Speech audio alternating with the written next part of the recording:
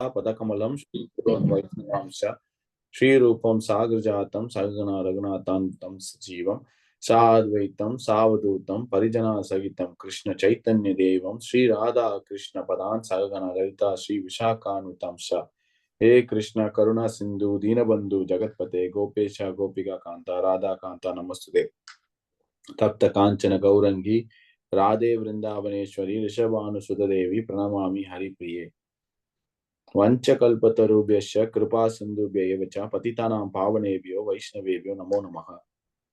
नमो ओम विष्णुपदाय कृष्णप्रस्थाय भूतले श्रीमते भक्तिवेदांत स्वामी निधि नामिने नमस्ते सरस्वती देवी गौरवाणी प्रचारिणे निर्विशेष शून्यवादी पश्चात्य देशितायिने। जय श्री कृष्ण चैतन्य प्रभु नित्यानंद श्री अद्वैत गदाधर शिवसारि गौर भक्तवृंद हरे कृष्णा कृष्ण कृष्ण हरे हरे हरे राम राम राम हरे हरे हरे हरे कृष्णा அனைவருக்கும் மாலை வணக்கங்கள். இன்றைக்கு நம்ம பார்க்கக்கூடிய விஷயம் பாத்தீங்கன்னா பகவத்கீதா உண்மறிவல் அத்தியாயம் 7 வசனம் ஸ்லோகா எண் 24. கரெக்ட்டுங்களா? சரி பிரபு.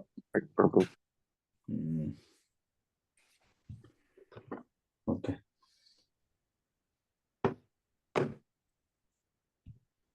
இது பார்க்கலாம், நம்ம வசனங்கள் பார்க்கலாம்.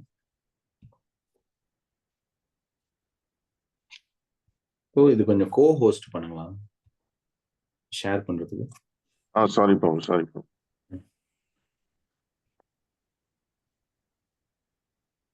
Ton bro. ஓகே.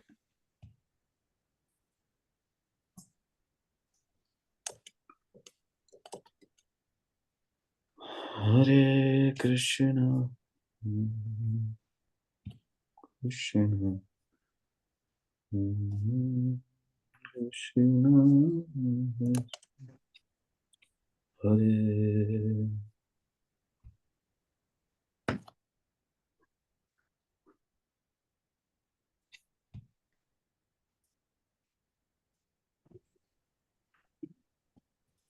ஓகே,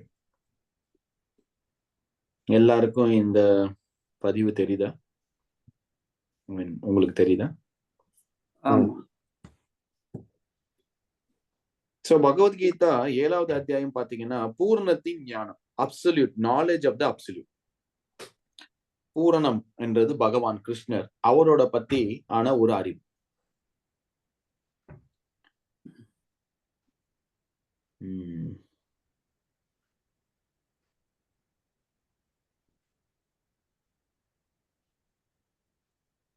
எதற்காக பகவான் கிருஷ்ணரை பற்றி நாம் அறிய வேண்டும்?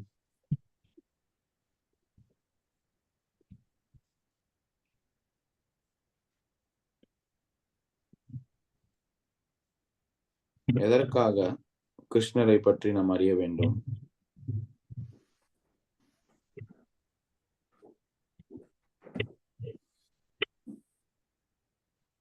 எதற்காக பகவானை பற்றி நாம் அறிய வேண்டும்?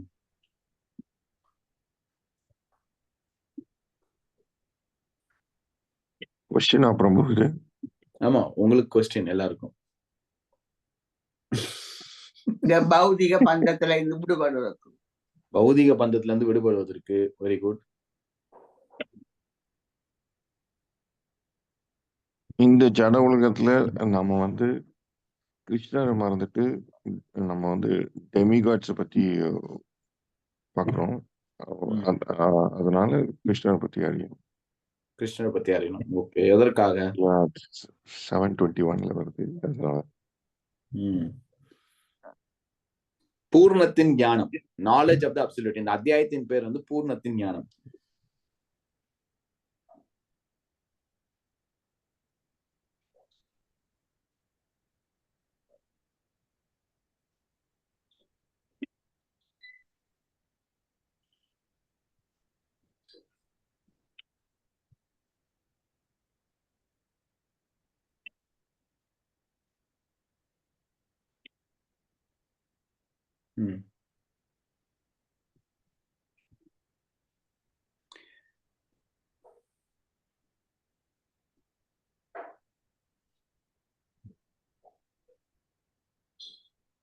ஒருத்தரை பத்தி தெரிஞ்சுக்கணும்ன்ற ஆசை எப்போ வரும்னா,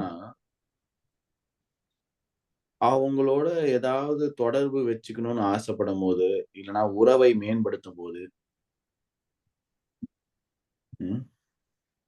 நம்ம ஒரு விஷயத்துல மேல ஆர்வம் காட்டுறோம் அப்படின்னா நம்மளுக்கு ஒரு ஈர்ப்பு இருக்கும். அப்படி இருக்க பட்சத்தில் அந்த விஷயத்தை பத்தி தெரிஞ்சுக்கணும், இல்ல பார்க்கணும், பேசணும் அப்படின்ற ஒரு ஆர்வம் வளரும். பூர்ணத்தின் ஞானம் பாத்தீங்கன்னா, பகவான் கிருஷ்ணர் இல்லைன்னா கடவுளை பத்தியான விஷயங்கள் தெரிஞ்சுக்கணும் அப்படின்ற ஒரு ஆசை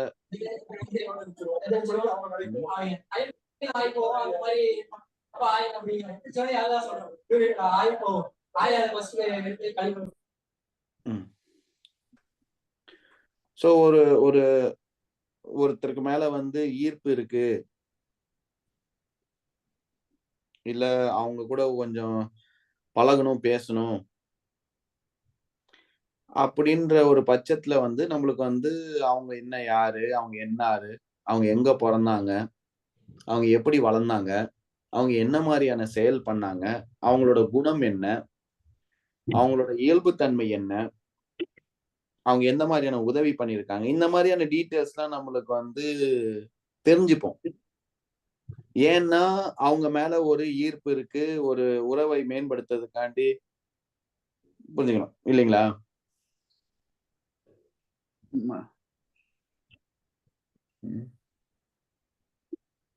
இப்ப பிடிச்ச ஒரு மனிதர், நம்ம வாழ்க்கையில நம்மளுக்கு பிடிச்ச ஒரு மனிதர் அப்படின்னா, அவங்களுக்கு என்ன சாப்பாடு பிடிக்கும், அவங்களுக்கு என்ன கலர் பிடிக்கும், அவங்களுக்கு பிடிச்ச பாடல் என்ன, படம் என்ன, அவங்களுக்கு பிடிச்ச இடம் என்ன,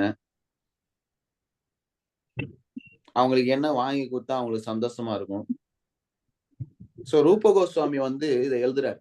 நெக்டர் ஆஃப் இன்ஸ்ட்ரக்ஷன், உபதேசாமிருத்தான்னு ஒரு புக்ல எழுதுறாரு. 6 விதமான உரையாடல்கள், 6 விதமான பழக்கங்கள் இதயத்தில் பிரீத்தி உண்டாக்கும்ன்றார். கடவுள் மேல வந்து ஒரு காதல் ஏற்படுறதுக்கான வாய்ப்பு இருக்குன்றார்.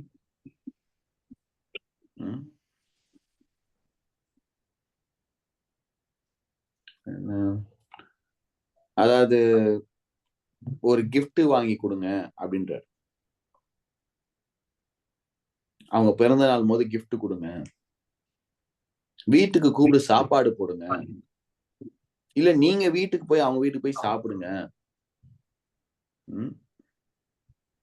ஏதாவது டிரான்சிடென்டல், அதாவது கிஃப்ட் கொடுங்க, கிஃப்ட் வாங்கிக்கோங்க அப்படின்ற.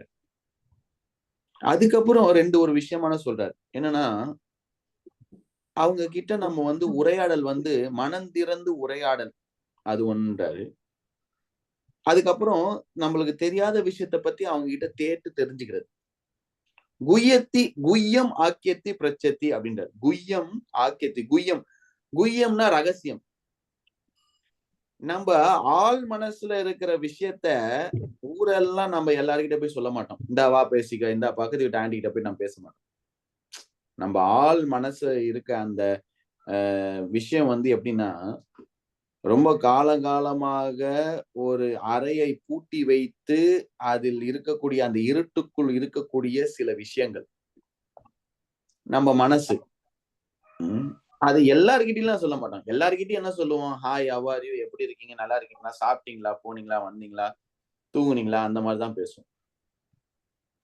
உங்க வாழ்க்கையில நடந்து கொண்டு இருக்கிற, உங்களை துன்புறுத்த கொண்டு இருக்கக்கூடிய விஷயங்களை யாருகிட்ட பகிர்ந்துப்பீங்க அப்படின்னா, யார் மேல நம்பிக்கை இருக்கிறதோ, யார் மேல வந்து உங்களுக்கு வந்து பாசம் இருக்கிறதோ, யாரு உங்களை கைவிட மாட்டாங்களோ, அந்த மாதிரியான ஒரு மனிதரிடம் நீங்க பண்ணுவீங்க. அது பக்தனாக இருக்க வேண்டும்.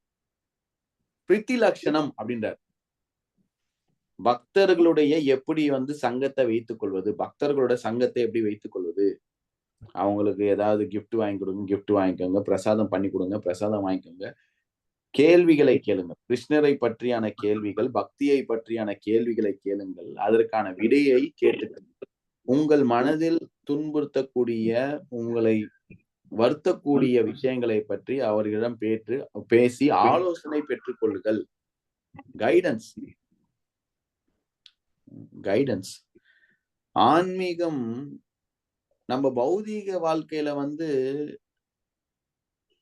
நம்மளுக்கு ஒரு விஷயம் இருக்கு, நம்மளுக்கு ஏதோ ஒண்ணு இருந்தாலும் நம்மளே கேட்கலனா கூட ஆலோசனை கொடுக்க நிறைய பேர் இருப்பாங்க.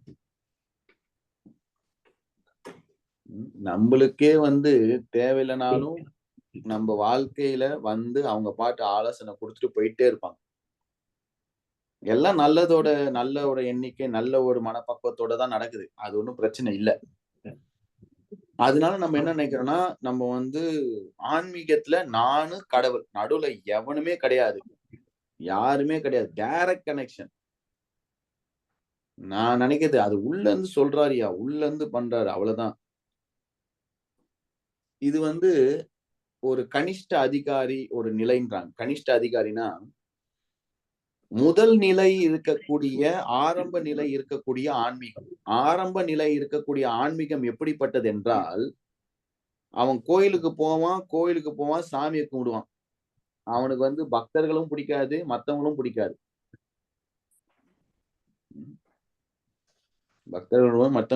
பக்தர்கள் நானும் கடவுளும் டைரக்ட் கம்யூனிகேஷன், டைரக்டா பண்ணிக்கிறேன், நடுவுல யாரும் கிடையாது, தேவையில்லை. ஆனா அதற்கப்புறம் வரக்கூடிய ஆன்மீகத்துல தேர்ச்சி பெறணும்னா கண்டிப்பா கைடன்ஸ் தேவை. பகவத்கீதா ஸ்டார்டிங்கே இதானே. பகவத்கீதா ஸ்டார்டிங்ல அர்ஜுனர் வந்து குழப்புறாரு. அர்ஜுனர் வந்து பாத்தீங்கன்னா குழம்பி நிக்கிறார். ஆனா அர்ஜுனர் எப்படிப்பட்டவரு? அர்ஜுனர் ஒன்னும் சாதாரண மனிதன் இல்லையா. அர்ஜுனர் வந்து அவரோட போர் தளத்துல, அதாவது அம்பு வித்தையில அவர் ஒரு கோல்டு மெடலிஸ்ட். எப்பவுமே வருஷம் அவரை மிஞ்ச ஆளு கிடையாது. அவர் பண்ற தொழில்ல அவரை மிஞ்ச ஆளு கிடையாது. நல்ல குடும்பத்தை சேர்ந்தவர் அர்ஜுனர் வந்து. நல்ல கௌரவாஸ் சத்திரியர் குடும்பத்தை, நல்ல பிறப்பில் பிறந்தக்கூடிய இந்திராவோட புதல்வன். அர்ஜுனன் வந்து சாதாரண மனிதன் இல்ல, தேவலோகத்தின் மன்னர், தேவலோகத்தின் அரசனான இந்திரர், அவரோட புதல்வன் யாருன்னு பாத்தீங்கன்னா அர்ஜுனர். மிகப்பெரிய நல்ல பிறப்பு, செய்யும் தொழிலில் அவர் தான் நம்பர் 1. அந்த வில் வித்தையில், அதாவது வந்து அம்பு விடுற வித்தையில, ஸ்கில்ல அவரை மிஞ்சின ஆளு கிடையாது.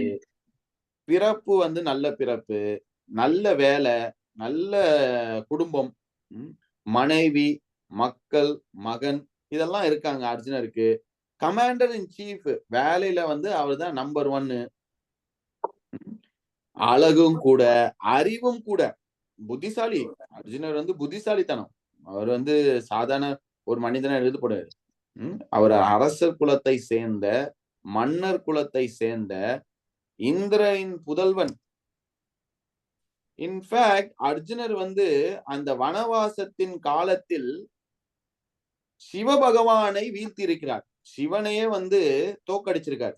சிவன் வந்து மாறுவேடத்துல வராரு, அர்ஜுனனோட போட்டியிடுறாரு. சிவன் தோத்தக்கு அப்புறம் சிவன் வந்து பசுபதி அந்த ஒரு அஸ்திரத்தை வந்து தானமா கொடுக்கிறாரு அர்ஜுனனுக்கு. நன்கொடையா கொடுக்கிறாரு, கிஃப்டாக தராரு. அவரோட சண்டைய பார்த்து வியந்து போன அர்ஜுனனின் அம்பு தரத்தை பார்த்து யாரு? சிவன் வந்து அன்பளிக்கிறார். அக்னி தேவி, வருணர், அக்னி தேவி, இந்திரர், சிவன், இவங்கெல்லாம் வந்து கொடுக்குறாங்க. விஜய் பிரபு கேள்வியா?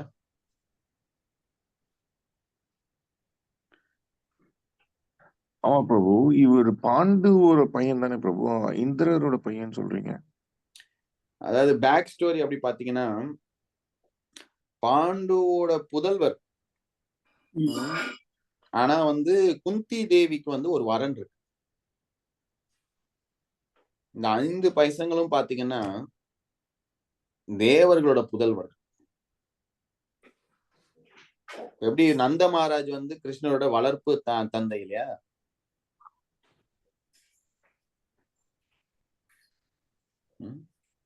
மகாபாரதின் கதைப்படி கர்ணா வந்து சூரிய தேவன், யமராஜோட புதல்வர் வந்து தர்மராஜ், அதாவது வந்து யுதிஷ்ட மகாராஜ். இந்திரோட புதல்வர் பாத்தீங்கன்னா அர்ஜுனர். அஸ்வினி குமாராஸ், இந்த அஸ்வினி குமாராஸ் வந்து 2 பேருமே ட்வின்ஸ். அவங்களுக்கு பிறந்ததுதான் சகாதேவ், நகுலா. 5 பசங்க. பீமா வந்து வாயு, சாரி, வாயு புதல்வர் வந்து பீமா.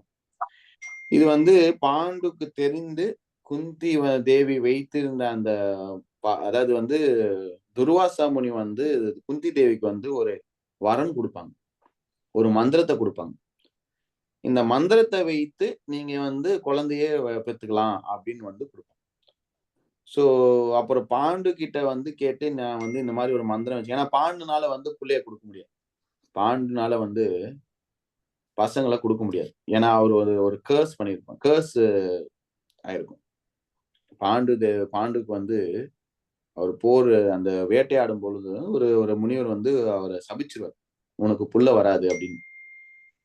சோ அதனால வந்து குந்தி தேவி வந்து சொல்லுவாங்க, இது மாதிரி என்கிட்ட ஒரு மந்திரம் இருக்கு, இதை வச்சு நம்ம வந்து பசங்களை எடுத்துக்கலாம் அப்படின்னு.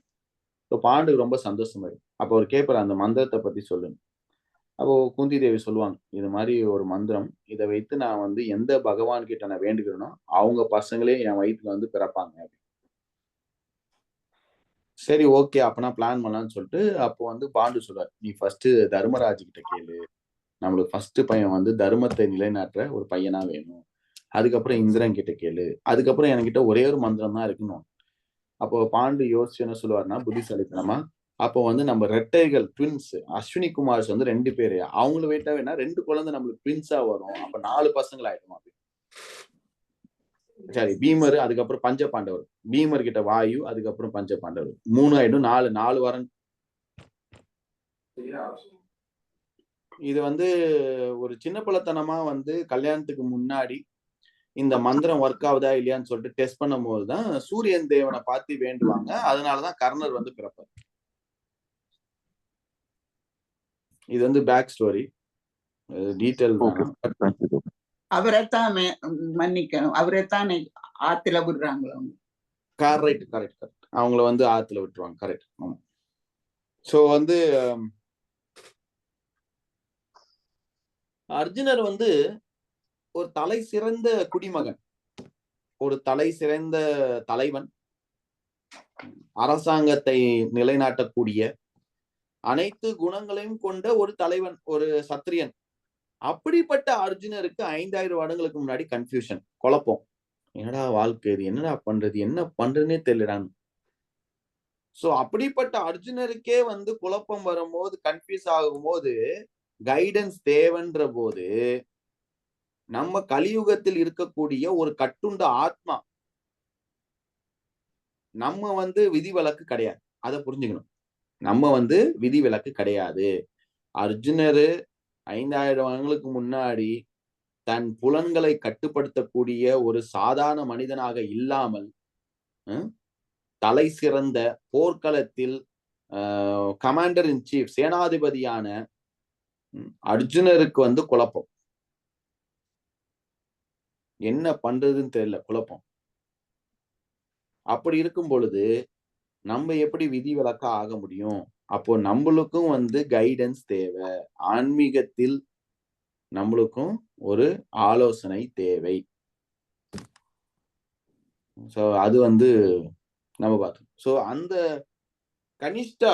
கனிஷ்ட நிலை, நானு கிருஷ்ணர், வேற யாருமே கிடையாது. இது வந்து ஒரு ஆரம்ப நிலை, இது வந்து ஒரு தேர்ச்சி பெற்ற நிலை கிடையாது. சோ நம்ம கேட்டு தெரிஞ்சுக்கிறோம். ஓகேங்களா? நான் எதுக்கு இதை சொல்றேன் அப்படின்னா, திருப்பி நம்ம பாயிண்ட்டுக்கு வருவோம். பூர்ணத்தின் ஞானம். பௌதிக உலகத்துல சில பேரை பிடிக்கும், அதனால அவங்கள பத்தியான விஷயத்தை கேட்டு தெரிஞ்சுக்கிறோம். நம்மளுக்குதான் ஆன்மீகத்துல இன்ட்ரெஸ்டே இல்லையே. ஆர்வமா, அதாவது கிருஷ்ணர் மீது ஆர்வமாக இருந்தால் நம்ம எடுத்து படிப்போம். அதனால நம்ம எப்படி பண்றோம்னா ரிவர்ஸ் பண்றோம்னா,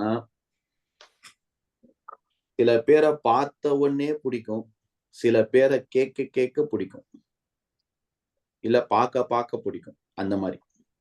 சோ அப்படிப்பட்ட நிலையில வந்து நம்மளுக்கு பக்தி இருக்கு, ஆனா அது வந்து வெளியில வரல. சோ அதனால நம்ம வந்து கிருஷ்ணரை பத்தி கேட்கிறோம். கிருஷ்ணரை பத்தி கேட்க கேட்க நம்மளுக்கு கிருஷ்ணர் மேல ஈர்ப்பு வர்றதுக்கான வாய்ப்பு உண்டு. ஏன்னா கேட்காமலே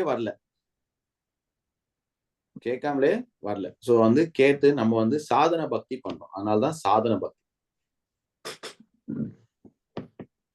சோ பக்தி சாதன பக்தினா வந்து சாதனானா தினம் தினம் நம்ம வந்து ஒரு டிசிப்ளினா நம்ம ஒரு ஆன்மீக வளர்ச்சிக்காக செய்யக்கூடிய செயல்கள், இதுதான் சாதனம்.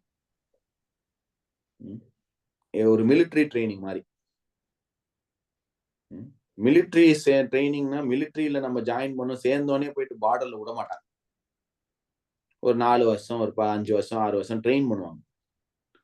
உனக்கு ஜுரமோ, உனக்கு வெயிலோ, இல்ல மழையோ, ஏதோ ஒண்ணு உடம்பு சரியில்லை, காலைல 5 மணிக்கு பரேட்ல இருக்கணும்னா 5 மணிக்கு இருக்கணும். அப்படி இல்லைன்னா தண்டனை. சோ அந்த மாதிரியான ஒரு regulated under the guidance of devotees, we performing some activities for the welfare, for the advance of spiritual growth. So அந்த மாதிரி ஒரு ஆன்மீக வளர்ச்சிக்கு ஒரு நம்ம கைடன்ஸ். சோ இங்க வந்து நம்ம தெரிஞ்சுக்கிறோம் பூர்ணத்தின் ஞானம். இத பத்தி நம்ம கேட்கும் பொழுது, கிருஷ்ணரை பத்தி கேட்கும் பொழுது, கிருஷ்ணரோட செயல்களை பத்தி கேட்கும் பொழுது, அவரோட லீலைகள், அவரோட குணங்கள், இதெல்லாம் கேட்கும் பொழுது நம்மளுக்கு பக்தி இதயத்தில் வருவதற்கான வாய்ப்பு அதிகம். அவ்வளவுதான், அதிகம். சோ இதுதான் வந்து இந்த பூர்ணத்தின் ஞானம். இந்த பூர்ணத்தின் ஞானம்ல வந்து நம்ம வந்து இதுவரையும் நிறைய விஷயம் பார்த்திருக்கோம்.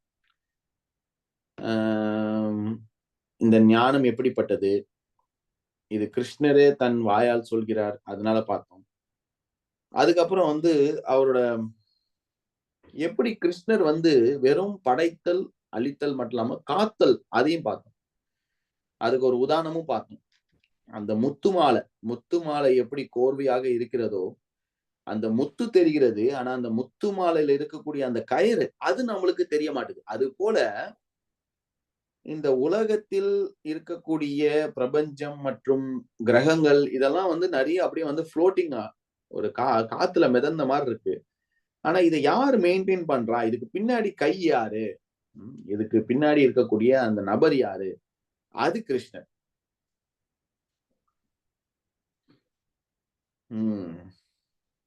சோ கிருஷ்ணரிடம் சரணடைவதற்கு, இதை பத்தி நம்ம கிருஷ்ணரை பத்தி அதிகமா தெரிய கிருஷ்ணரிடம் சரணடைவதற்கான வாய்ப்பு உண்டு.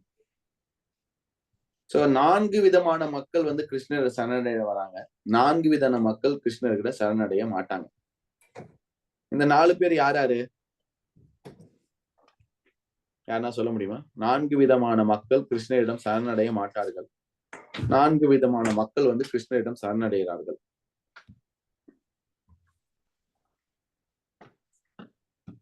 துஷ்டர்கள்,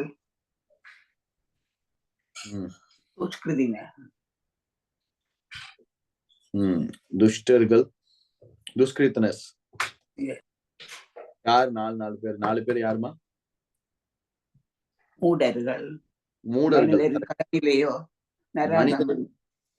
நராதமா, மனிதரின் கடனிலையோர் நராதமா, கரெக்ட். வேற மாயையினால் கட்டுப்பட்டவர், மாயையினால் கட்டுப்பட்டவர்கள், மாயையினால் தன் அறிவை இழந்தவர்கள்.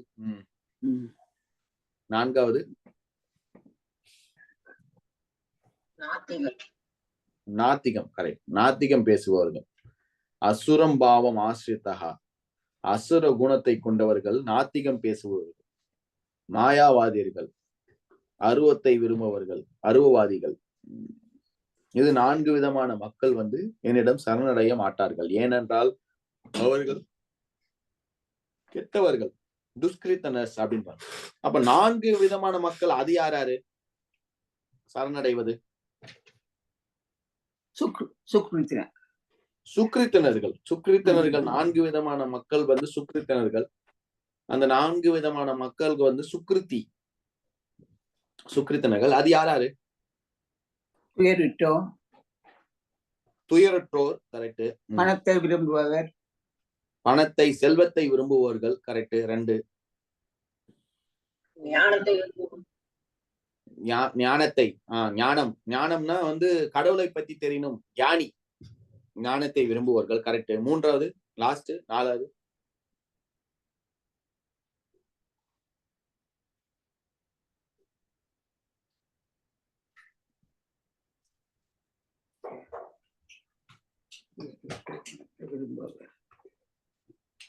கேள்வியுடையோர் பிரபு. கேள்வியுடையோர். சோ 4 விதமான மக்கள்: துயரற்றோர், செல்வத்தை விரும்புவோர், கேள்வியுடையோர் மற்றும் கடவுளை பத்தி தெரிஞ்சுக்கணும், ஞானத்தை விரும்புவோர். இந்த 4 விதமான மக்கள் வந்து என்னை நாடி வருகிறார்கள். இவர்கள் அனைவருமே மகாத்மா, ரொம்ப உத்தமர்கள் அப்படின்னு கிருஷ்ணர் போற்றி பேசுறார், ரொம்ப புகழ்ந்து பேசுறார். கிருஷ்ணரிடம் வருவது பாத்தீங்கன்னா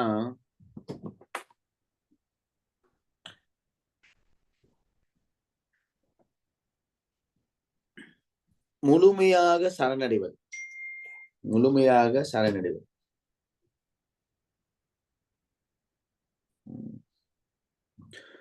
ஒரு பௌதீக உள்நோக்கத்துடன் கிருஷ்ணரிடம் வரலாம், அது ஒண்ணு பிரச்சனை. கிருஷ்ணர் சொல்றாரு, செல்வத்தை விரும்புவோர், காசு வேணும்னு விருப்பப்படுறான், என்கிட்ட வரான், ஒண்ணும் பிரச்சனை கிடையாது.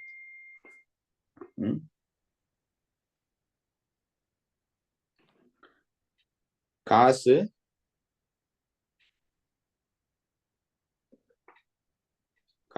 வேணும்னு அப்படின்னு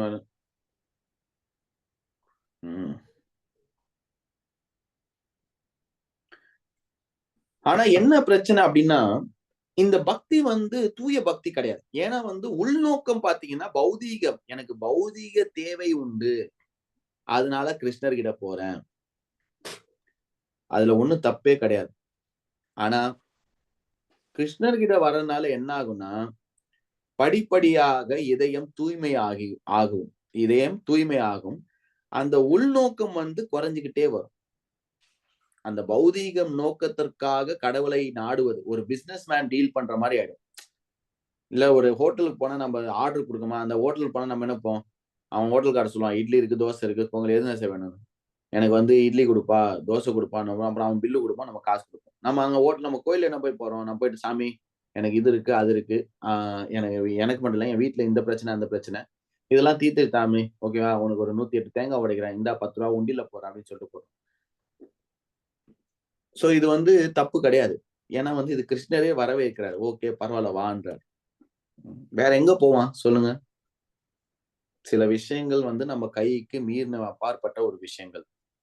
டாக்டர் என்னதான் ஒரு தேர்ச்சி பெற்ற ஒரு முதல் நிலை வாய்ந்த ஒரு மருத்துவர்னாலும் சரி, என்னதான் பணக்காரனா இருந்தாலும் சரி, சில விஷயங்கள் நம்மளால பண்ண முடியாது.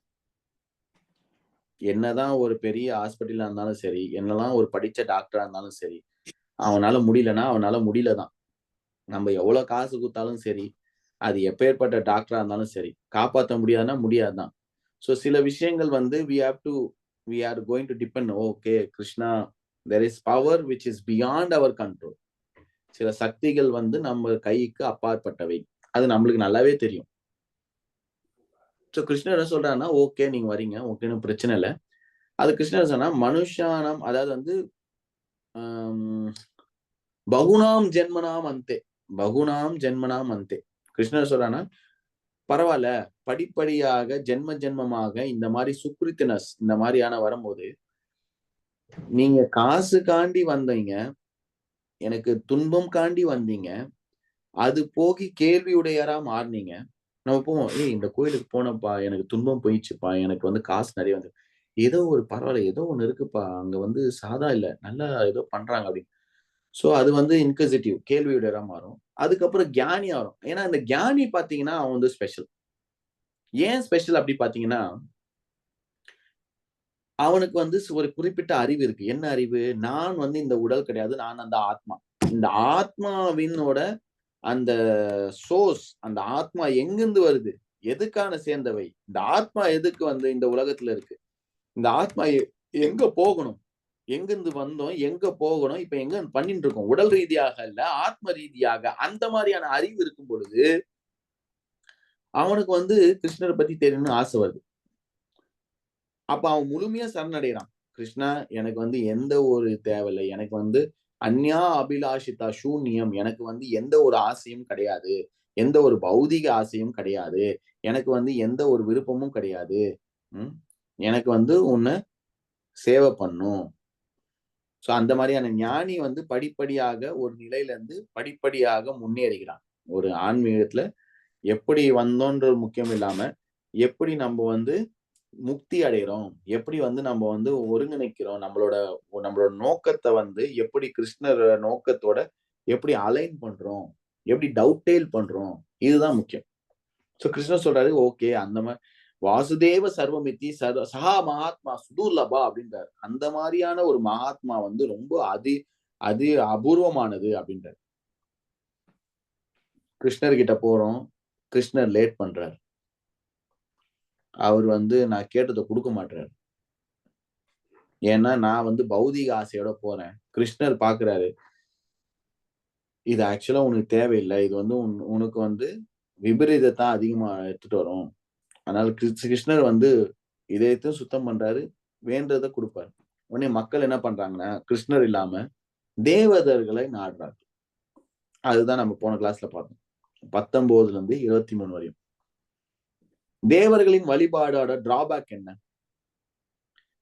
தேவர்களை வழிபட்டால் வரக்கூடிய துன்பம் என்ன, இல்லைன்னா டிராபேக் நெகட்டிவ் என்ன? கிருஷ்ணர் வழிபடுறதுக்கும் தேவர்களை வழிபடுறதுக்கும் வித்தியாசம் என்ன? தேவர்களை வழிபட்டால் அதுல இருக்க டிராபேக் என்ன, இல்ல கிருஷ்ணரை வழிபட்டால் அதுல இருக்க நன்மை என்ன?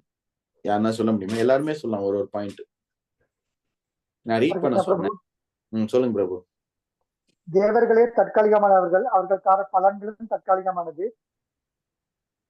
தேவர்கள் தற்காலிகமானவை அப்படின்னா என்ன? அவங்களும் நம்மள மாதிரி அழியக்கூடியவர்கள், அவங்க தர பலனுமே வந்து அழியக்கூடிய பலன்கள், நிரந்தரமான பலன் கிடையாது. அப்ப தேவர்களும் நம்மளும் ஒண்ணுன்றீங்களா நீங்க? ஒண்ணு கிடையாது. ஆனா நம்மளை விட அவங்க ஒரு படி கூட. ஆனா அவங்களுக்கும் அழிவு உண்டு, ஆயுள் உண்டு. அதை குறிப்பிட்ட காலத்துக்கு அவங்களும் அழிஞ்சுப்பாங்கன்னு நான் சொல்றேன். அது நான் சொல்லிருக்கேன், சாத்திரங்கள் சொல்லுது. அதனால அவங்களுக்கும் இறப்பு இருக்கு, அவங்களும் அழிஞ்சிருவாங்க. அவங்க தர பலன்களும் நிரந்தரம் இல்லை. கிருஷ்ணா தார பலன் அப்படியானது இல்லை. அவர்கிட்ட நாங்க போனோம்னா தூய பக்தியால போயிருவோம்னு நான் சொல்றேன் ஒரு கருத்தா. அப்ப தேவர்களும் நம்மள மாதிரி அழிஞ்சிருவாங்க. எஸ். அப்ப நம்மளும் அழிஞ்சிருவோமா? நம்மட உடல் அழியும் பிரபு. அது ஆத்மாவை பத்தி நான் கதைக்கிறேன். நான் இப்ப உடலை மேம் பண்ணி கதைக்கிறேன். இந்த உடல் அழியும் போது அதே மாதிரி அவங்களுக்கும் அழிவு இருக்குது. அதனால அவங்க தர பலனும் வந்து எல்லைக்குட்பட்டது. அவங்களுக்கு வந்து பூரண சுதந்திரம் கிடையாது என்று சொல்லவார்.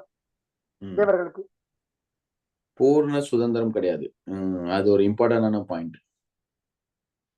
சுதந்திரமானவர், நான் சுதந்திரமானவர். நான் சொல்றது அந்த இண்டிபெண்டன்ஸ் டே செலிப்ரேஷன் அது கிடையாது. நான் சுதந்திரமானவன் அப்படின்னு யாருமே சொல்ல முடியாது. ஏன்னா நான் வந்து ஐ எம் டிபெண்டன்ட். நான் எதையோ நம்பி இருக்கேன். என் வாழ்க்கையை நடத்தி செல்வதற்காக நான் வந்து சில பேர்கிட்ட, இந்த பூமி கிட்ட, இந்த காற்று, இந்த ஆகாயம், வெப்பம், நீர், நெருப்பு, இதெல்லாம் நம்பி இருக்கேன். இதெல்லாம் இல்லைன்னா என்னால வாழ முடியாது. நான் முழுமையாக ஃபுல்லி இண்டிபெண்டன்ட் அப்படின்னு சொல்ல முடியாது. தேவர்களாலையும் சொல்ல முடியாது. நான் என்ன வேணா பண்ணலாம், என்னை கேட்க யாருமே இல்லை, நான் பயப்படாத ஆளே இல்லை அப்படின்னு இந்த உலகத்தை யாரும் சொல்ல முடியாது. சோ அது போல தேவர்களாலும் சொல்ல முடியாது. வெரி குட், தேங்க்ஸ் பிரபு, புரிஷ் பிரபு. வேற யாராவது? தேவர்களுக்கும் கிருஷ்ணருக்கும் உள்ள வழிபாட்டின் வித்தியாசம் என்ன? தேவர்களின் வழிபாடு பிரபு கிருஷ்ணருக்கும் இது பண்ணோம்னா ஜென்ம வித்து ஜரா வியாதில இருந்து எக்ஸிட் ஆயிடலாம். முக்தியை கொடுப்பவர். கிருஷ்ணருக்கு இன்னொரு பேர் வந்து முக்குந்தா. முக்தியை கொடுப்பது கிருஷ்ணர் மட்டுமே. Very good. சொல்லுங்க பிரபு, மேல சொல்லுங்க. வேற வந்து சொன்ன மாதிரி ஒரு அபரேஷ் பிரபு சொன்ன மாதிரிதான், ஒன்ஸ் கிரெடிட் முடிஞ்சிச்சுன்னா தேவர்களால் கூட கொடுக்க முடியாது. தேவர்களாலையும் கொடுக்க முடியாது. கரெக்ட்.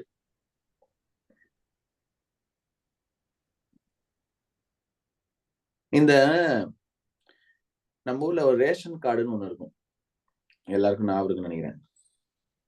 இந்த ரேஷன் கார்டு பாத்தீங்கன்னா விதவிதமான கலர் இருக்கும். White, blue, pink, yellow, ash colour, இந்த மாதிரி டிஃப்ரெண்ட் கலர் கோடிங் இருக்கும். இந்த கலர் கோடிங்க்கு ஏத்த மாதிரி அவங்க சாமான் தருவாங்க. இந்த ஒயிட்டுக்குன்னா ஒரு 2 கிலோ எக்ஸ்ட்ரா சுகரு, அதுக்கப்புறம் மற்ற இதர சாமான்கள் அதுக்கப்புறம் தருவாங்க. அந்த மாதிரி ஒரு பச்சைனா இது தருவாங்க, ஒன்னு இதுல தரமாட்டாங்க, எல்லாம் தரமாட்டாங்க. நம்ம இப்போ ஒரு கடைக்கு போகும்போது நான் ஒரு 10 பேர் இருக்காங்கன்னா 10 பேர் 10 விதமான கலர்ல கார்டு வச்சிருந்தாலும் நம்ம அந்த கார்டை காமிச்சோன்னே அவன் தரான். யாரு? அந்த கடையில இருக்கவன் தரான். அந்த தொழிலாளி வந்து அந்த கடையில நம்மளுக்கு ஒரு 2 கிலோ சுகர் இருக்குன்னு வச்சுக்கோங்க, ஏதோ சர்க்கரை வாங்க 2 கிலோ தான் கொடுத்துருக்காங்க அலாட்மெண்ட், அவன் 2 கிலோ உங்களுக்கு தரான். நீங்க வந்து 1 கிலோ 1 கிலோ கேக்குறீங்க, சரி எனக்கு 1 கிலோ கொடுங்க. உனக்கு 1 கிலோவா, இந்த 2 கிலோ நான் தரேன் அப்படின்னு சொல்லிட்டு 2 கிலோ தரான். உடனே ஐயோ பிரபுவே, நான் 1 கிலோ தான் கேட்டேன், நீங்க எனக்கு 2 கிலோ குடுத்துருக்கீங்க, நீங்க எப்படி இருக்கமா, நீங்க தான் இந்த அரசாங்கமே, நீங்க தான் முதலமைச்சரே, நீங்க தான் வருங்கால பிரதமரே அப்படின்னு போட்டோம்னு வச்சுக்கோங்க, அவனுக்கு ரொம்ப சந்தோஷமாயிடும். ஆனா ஆக்சுவலா வந்து என்ன பண்ணிருக்காங்கன்னா, இது அப்படியே நம்ம வாழ்க்கையில பார்த்தோம்னா, கர்ம நேத்ரா, நம்ம வரக்கூடிய நல்லது வரக்கூடிய கெட்டது அதை அளந்து பார்த்து கொடுக்கறது அவங்களால என்ன நம்மளுக்கு என்ன எழுதியிருக்கோ அவங்க கொடுக்குறாங்க, தேவர்கள் கொடுக்குறாங்க. நம்ம என்ன நினைக்கிறோம்னா அவங்க நினைச்சதுனாலதான் கொடுக்குறாங்க அப்படின்னு நினைக்கிறோம். அதை மாத்தியும் அவங்களால ஏத முடியாது. நம்ம கர்மத்தை மாத்தியும் அவங்களால ஏத முடியாது. தேவர்களால நம்ம கர்மாவை மாத்த முடியாது, நம்ம டெஸ்டினியை மாத்த முடியாது. தேவர்களால நம்ம கர்மா, டெஸ்டினி, நம்மளோட அடுத்த பிறப்பு, முக்தி, இதெல்லாம் அவங்களால மாத்த முடியாது. ஏன்னா அவங்களுக்கு சக்தி கிடையாது. அவங்களுக்குன்னு ஒரு லிமிட்டட் கோட்டா, ஒரு பவர் இருக்கு, அதுக்குள்ள அவங்க வந்து நம்மளுக்கு அளந்து கொடுக்குறாங்க, அவ்வளவுதான். வேற யாராவது?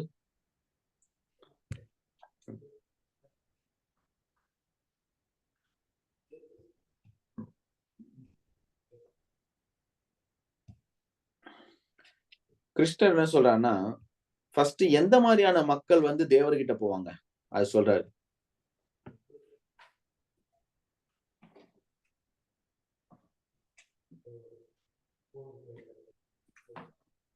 தெய்வீக பக்தி குறைஞ்சவர்களும் சிற்றறிவுடையோரும் தேவர்கள்ட்ட போவாங்க. சிற்றறிவு, அல்ப மேதசம், சிற்றறிவு, லெஸ் இன்டெலிஜென்ஸ், சிற்றறிவு லெஸ். ஏன்னா அவங்களுக்கு தேவை உடனடியான ஒரு தேவையை பூர்த்தி செய்வதற்கான வழி, நிரந்தரமான ஒரு சொல்யூஷனோ இல்லைன்னா வந்து நிரந்தரமான தீர்வு கிடையாது. தற்காலிகமாக பூர்த்தி செய்யக்கூடிய ஒரு சிற்றறிவுடைய மனிதர்கள் தேவர்களிடம் போறார்கள். அந்த தேவர்களிடம் போகக்கூடிய அந்த நம்பிக்கை அது யார் கொடுக்குறா அப்படின்னு பாத்தீங்கன்னா கிருஷ்ணர் கொடுக்குறாரு. அந்த தேவர் பர்டிகுலர், அதாவது ஒரு குறிப்பிட்ட தேவர்களை நோக்கி நம்ம செல்லக்கூடிய அந்த நம்பிக்கை, அந்த ஸ்ரத்த, அந்த ஃபெய்த் இருக்கு பாத்தீங்களா, அது யார் தராரு? கிருஷ்ணர் தராரு. அதே போல நம்ம பிரார்த்தனைக்கு ஏற்பாடு போல அந்த பலன்களை கொடுக்கக்கூடிய அந்த தேவர்கள் அது எங்கிருந்து வருது? அதுவும் கிருஷ்ணர் தராரு. சோ அதுவும் கிருஷ்ணர் சொல்றாரு. அதே மாதிரி கிருஷ்ணர் என்ன சொல்றாரு? இலக்கை பத்தி பேசுறாரு கிருஷ்ணர் ஒரு வசனத்துல. யாருன்னா தெரியுமா? இலக்கை பத்தி பேசுறாரு. இந்த மாதிரி வழிபாடுவதனால் எங்க இலக்கு, எங்க போவாங்க அப்படின்ற பத்தி சொல்றாரு. என்ன சொல்றாரு அதை பத்தி?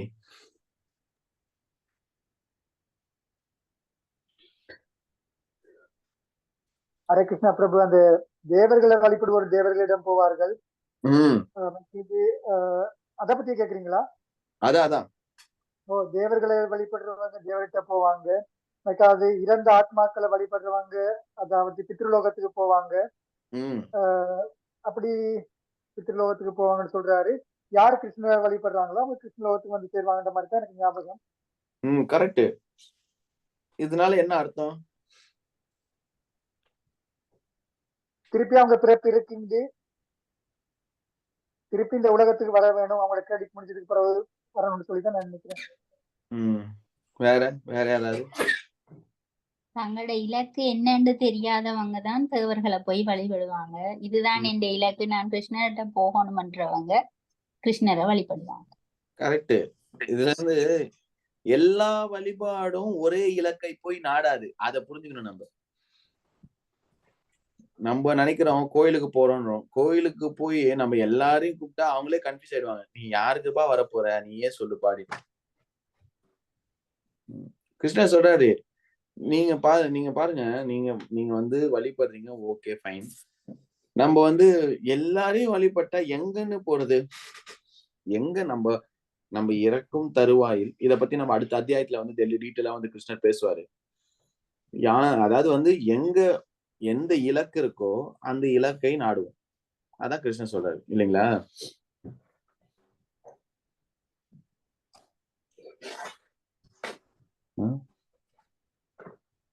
பிரபு எனக்கு ஒரு டவுட் பிரபு.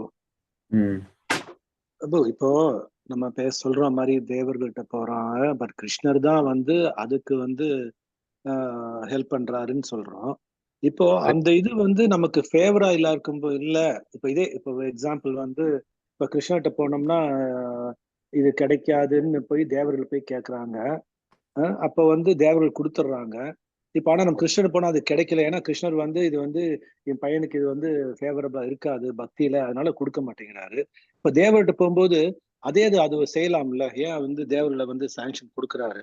இல்ல, அவங்களால தராம இருக்க முடியாது. அவங்க வந்து அந்த ரேஷன் கடையில வேலை பண்ற மாதிரி. ஓகே ஓகே, அவங்களோட வேலையை அவங்க பண்றாங்க. அவங்க வேலை அது. நம்ம அதாவது வந்து ஒரு ஒரு ஒரு ஒரு பாருங்களேன், நீங்க வந்து எல்லா அரக்கர்களும் பாருங்க, இரண்யகசிபு, அப்புறம் ராவணன், இவங்க எல்லாம் போயிட்டு தேவர்களை வழிபடுறாங்க. அந்த வழிபாட்டுனால அவங்க வந்து மனம் குளிர்றாங்க. ஓ ரொம்ப சந்தோஷமா இருக்கு, என்ன மாதிரி பக்தம் பாடுங்க, உனக்கு என்ன வேணுமோ கேளுன்றாங்க. அப்புறம் அவங்க கேட்டதுக்கு அப்புறம் வருத்தப்படுறாங்க, ஐயோ இதை குத்துட்டேன். அப்புறமா கிருஷ்ண கிட்ட போறாங்க, கிருஷ்ணா இந்த மாதிரி ஆயிடுச்சு, தப்பு பண்ணிட்டாடின்னு. சோ வந்து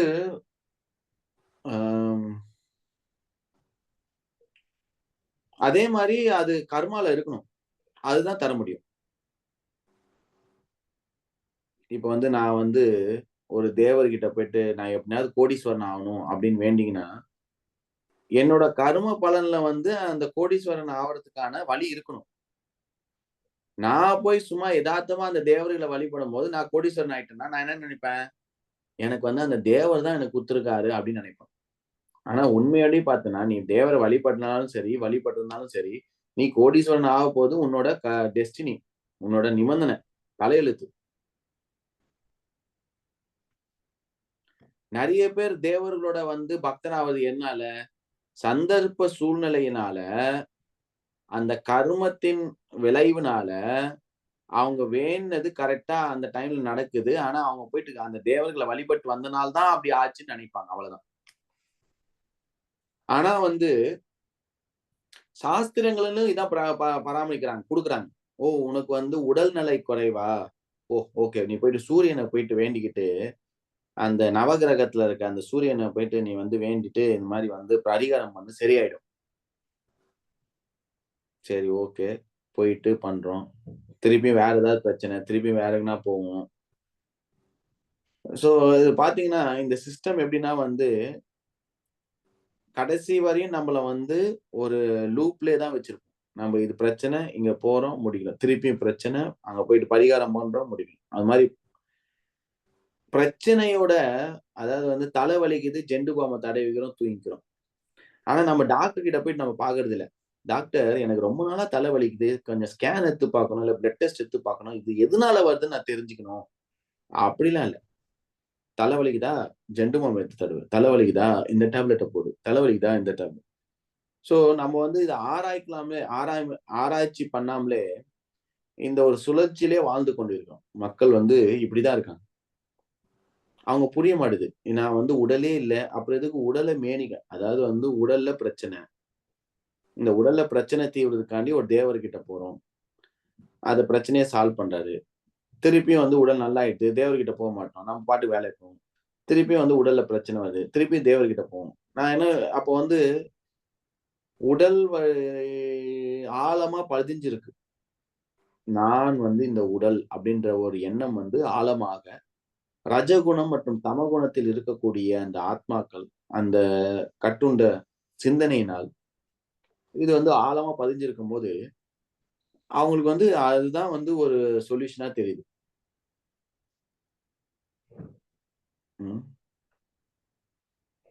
அறியாமை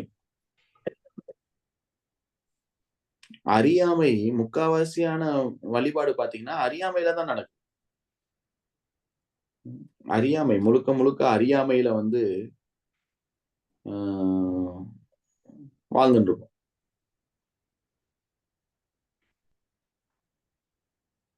சோ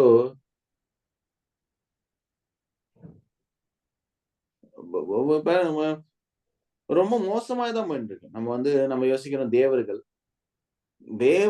வழிபாடு கூட இங்க வந்து கொடுத்திருக்காங்க. பகவத்கீதையில வந்து அதை பத்தி பேசப்படுறாங்க.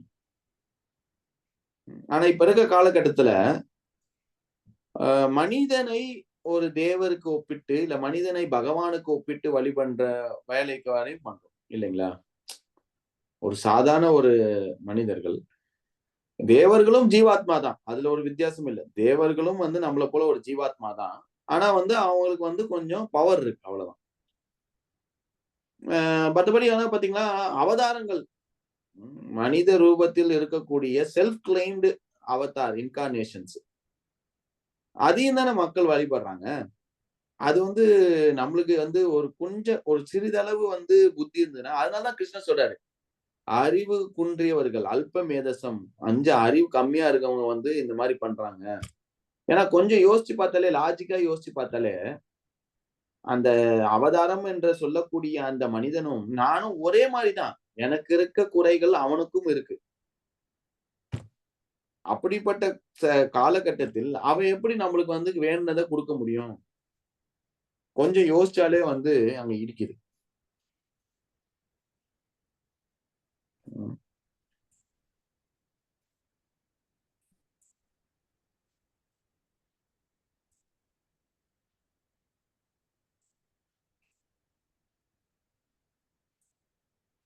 ஓகேவா? புரியுதா? சாரி, ஏதாவது தேங்க்யூ பிரபு. கரெக்டா பிரபு? ரொம்ப கரெக்ட் பிரபு. அதாவது வந்து மரியாதை வந்து இங்க வந்து ஆன்மீகத்துல பாத்தீங்கன்னா, கிருஷ்ணா பகவத்கீதா இல்ல சைத்தன்ய சரிதாமிர்தா எல்லாத்துலயும் வந்து நம்ம மரியாதை கொடுக்கணும் எல்லாருக்கும். அது வந்து யாருக்கும் பகைவனாவே இருந்தாலும் சரி, எதிரியாவே இருந்தாலும் சரி, மரியாதை கொடுக்கணும். என்ன சொல்றாரு? திருநாதப்பி சுனிசேனா தரோரப்பி சகிஷுனா அமானினா மானிதேனா அமானினா மானதேனா கீர்த்தனைய சதாஹரி. அதாவது வந்து மரியாதை, நம்ம வந்து தேவர்களை வந்து தலைக்குறைவாக பேசக்கூடாது. இதெல்லாம் என்ன தேவர்கள், இவங்கெல்லாம் யாரு, இவங்கெல்லாம் வந்து சின்ன பசங்க. ஏன்னா நிறைய பேர் வந்து இந்த வார்த்தையே வந்து ரொம்ப அவங்களுக்கு வந்து ரொம்ப அப்செட்டாக யோசிப்பாங்க. டெமிகாட், காடு அதானே டெமிகாட், அதுன்னு சின்ன சாமி. டெமிகாட்னா லிட்ரல் மீனிங் என்ன? டெமிகாட்னா வந்து சின்ன கடவுள் அப்படின்னும். அப்ப நீ என்ன பெரிய கடவுள்? அட்ஜஸ்ட் பண்ண எனக்கு 1 year ஆச்சு பிரபு. எனக்கு இத ஃபர்ஸ்ட் இஸ்கான் தான் கேள்விப்பட்டேன். அது 1 year ஆச்சு டைஜஸ்ட் பண்றதுக்கு. என்ன கடவுளை கூட ரேசிசமா? சின்ன கடவுள் பெரிய கடவுள், இவரு கடவுள், இவரு டெமிகாட், இவரு this is god, this is demigod. அப்ப வந்து அது வந்து ஒரு இல்லைன்னா இன்னொரு விதமா சொல்லணும்னா, ஒரு ஆன்மீகத்துல வரும்போது எல்லாரும் என்ன சொல்லுவாங்கன்னா, நீ வந்து சர்வன்ட் அப்படின்னுவாங்க. இந்த வார்த்தையை கேட்டாலே சில பேருக்கு வந்து அலர்ஜி மாதிரி. நான் வந்து வேலைக்காரனா? ஏன்னா நம்மளுக்கு பொறுத்தவரையும் இந்த கண்டிஷனிங் இந்த பௌதிக உலகத்துல வந்து ஒரு குறிப்பிட்ட செயல், ஒரு குறிப்பிட்ட தோற்றம், ஒரு குறிப்பிட்ட அலங்காரம் இதெல்லாம் வந்து ஒரு ஒரு டெசிக்னேஷனோட ஒப்பிடுறோம். வேலைக்காரன்னா இப்படிதான் இருப்பான் இல்லைங்களா? ஒரு இதுன்னா ஒரு டாக்டர்னா இப்படிதான் இருக்கும். அதனால வந்து நீ ஒரு வேலைக்காரன், நீ வந்து ஒரு சர்வன்ட் அப்படின்ன உடனே நம்மளுக்கு என்ன வந்தா ஒரே நிமிஷம் பிரபு இந்த கால் அட்டென்ட் பண்ணேன்.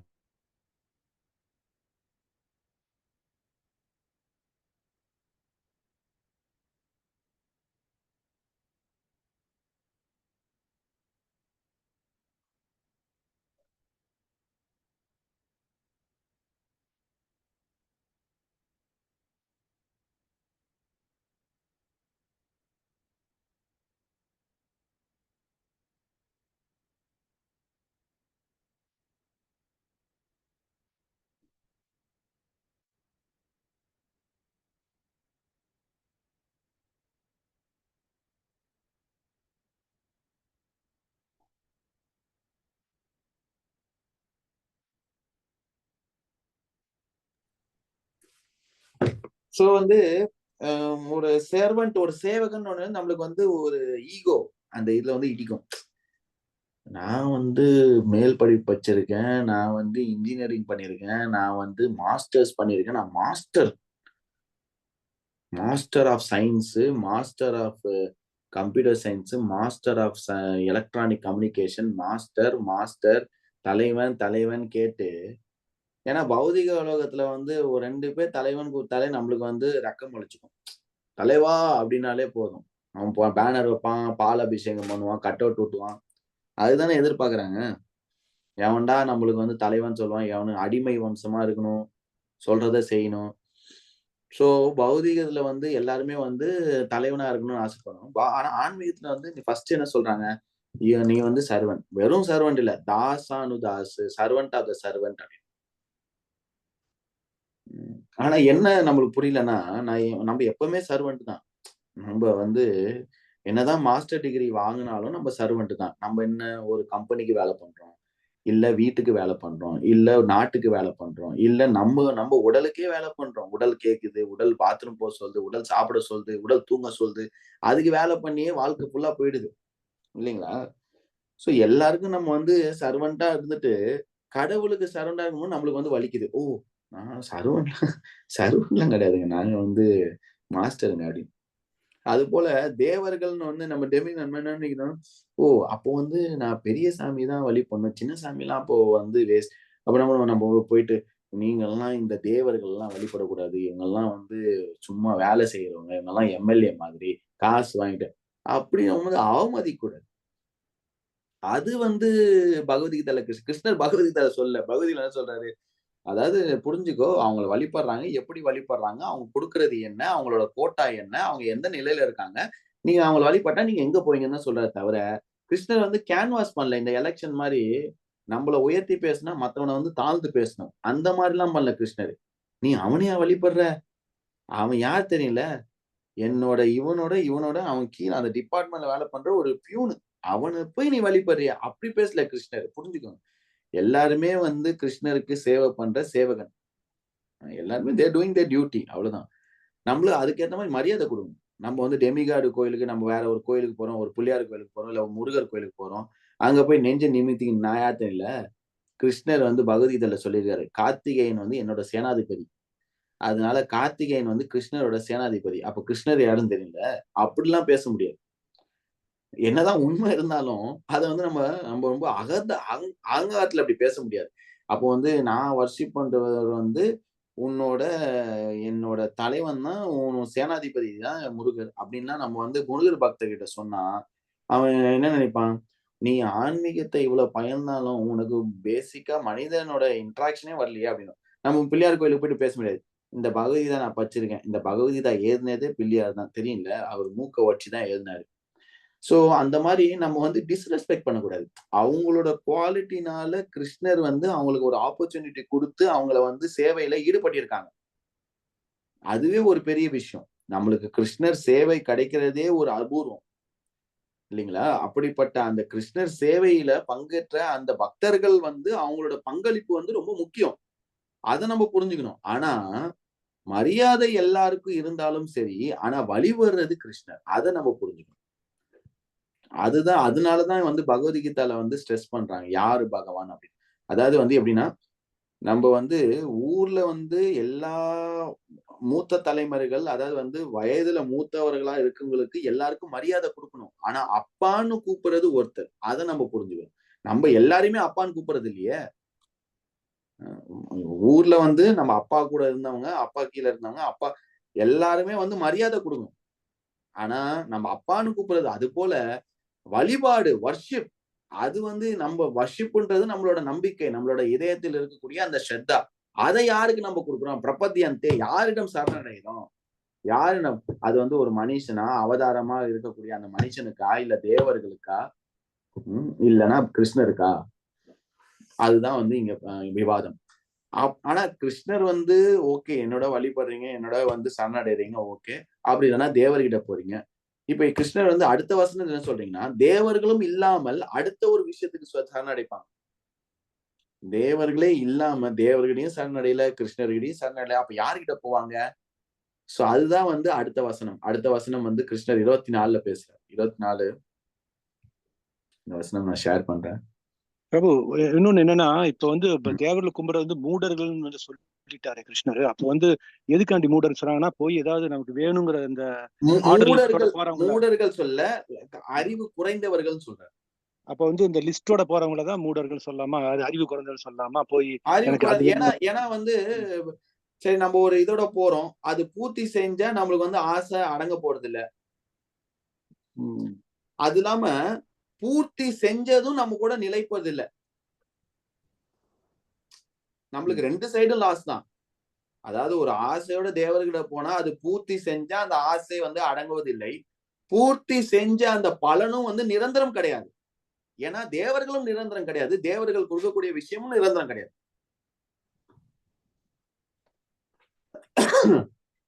சோ அது வந்து ஒரு ஒரு லாங் விஷன். ஆக்சுவலா நம்ம வந்து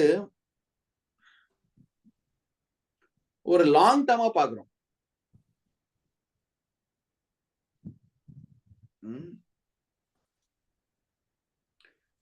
சோ லாங் டர்மா பார்க்கும் பொழுது அப்போ வந்து இந்த வாழ்க்கை, இந்த ஜென்மம் வந்து ஒரு ஒரு ஒரு எபிசோடுன்னு சொல்லலாம். இந்த வாழ்க்கை வந்து நம்ம வாழ்க்கையே ஒரு லைனா போட்டோம்னு வச்சுக்கோங்களேன்.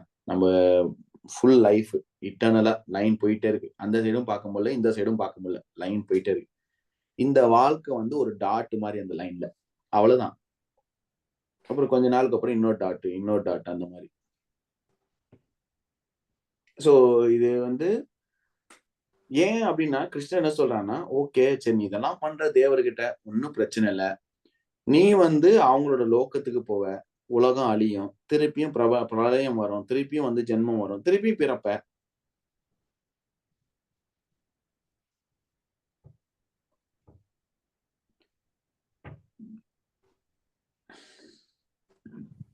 சம்சார சக்கரம்.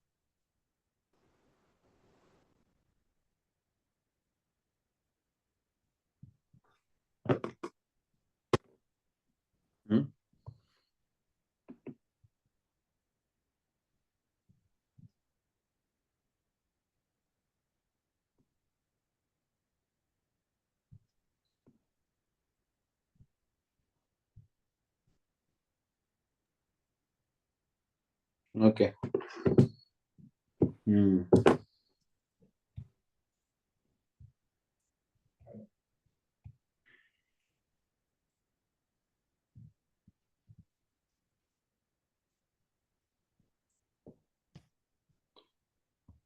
இருபத்தி 24 அவ்யக்தம் வியாக்திம் அப்பன்னம் மன்யந்தே மாம் ஆபூதயா பரம்பாவம் அஜானந்தோ மாம் அவ்யம் அனுத்தமம். மொழிபெயர்ப்பு படிங்க. என்னை பக்குவமாக அறியாத அறிவற்ற மனிதர்கள் கிருஷ்ணர் எனப்படும் பரமபுருஷ பகவானாகிய நான் முன்னர் அருவமாக இருந்ததாகவும் தற்போது உருவத்தை ஏற்றிருப்பதாகவும் எண்ணுகின்றனர். அவர்களது சிற்றறிவினால் அழிவற்றதும் மிக உயர்ந்ததுமான எனது பரம இயற்கையை பற்றி அவர்கள் அறியர். சோ இங்க கிருஷ்ணர் வந்து இன்னும் கொஞ்சம் கீழே போறாரு. முன்னாடி வந்து லெஸ் இன்டெலிஜென்ஸ், அறிவு குன்றியவர்கள் அப்படின்றாரு.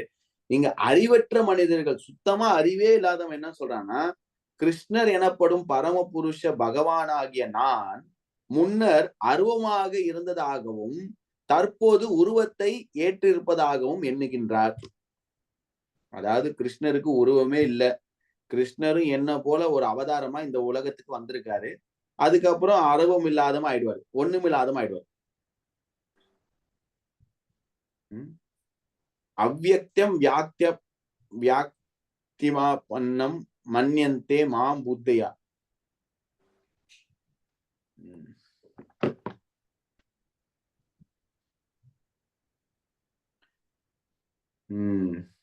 அவ்யக்தம் வியாக்திம், அதாவது முன்னாடி ஒண்ணுமே இல்ல, அதுக்கப்புறம் உருவம் வந்துச்சு. யாரு? மன்யந்தே, அதாவது மனுஷங்களாம் நினைக்கிறாங்க நான். புத்தையா புத்தினா வந்து அறிவு, புத்தையானா அறிவில்லாதவர்கள். முன்னாடி வந்து அல்பமேதசம், முன்னாடி வந்து குறைந்த அறிவு அப்படி சொன்னாரு. யாரு? குறைந்த அறிவு வந்து அட்லீஸ்ட் தேவர்கள். ஏன் தேவர்கள் அட்லீஸ்ட் அந்த ஒரு லெஸ் கேட்டகரினா உருவம் உள்ளவர்கள். ஆனா இங்க வந்து கிருஷ்ணர் வந்து என்ன சொல்றாருன்னா, புத்தியே இல்லாதவர்கள் வந்து அருவவாதிகள்னா உருவம் இல்லாத அருவத்தை சரணடைகிறார்கள். பரம் பாவம் அஜானந்தோ, அவங்களுக்கு என்னை பத்தி தெரியல, அவர்களது சிற்றறிவினால் அழிவற்றதும் மிக உயர்ந்தமான எனது பரம இயற்கையை பற்றி அவர்கள் அறியார்.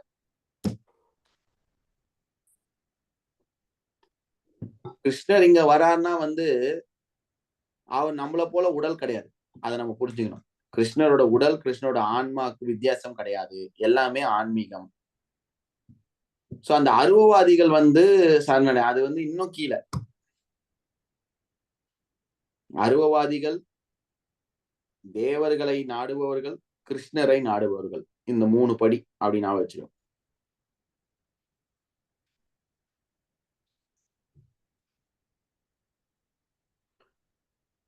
ஓகேங்களா? சோ இதை பத்தி நம்ம அடுத்த வாரம் நம்ம வந்து இந்த அருவவாதி மாயாவாதி பிலாசபி இம்பர்சனலை பத்தி நம்ம பார்க்க போறோம். அடுத்த வாரம் உள்ள விவாதம் அது.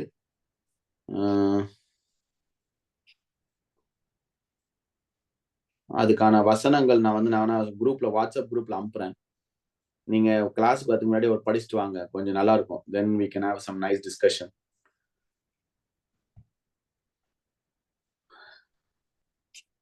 ஹரே கிருஷ்ணா.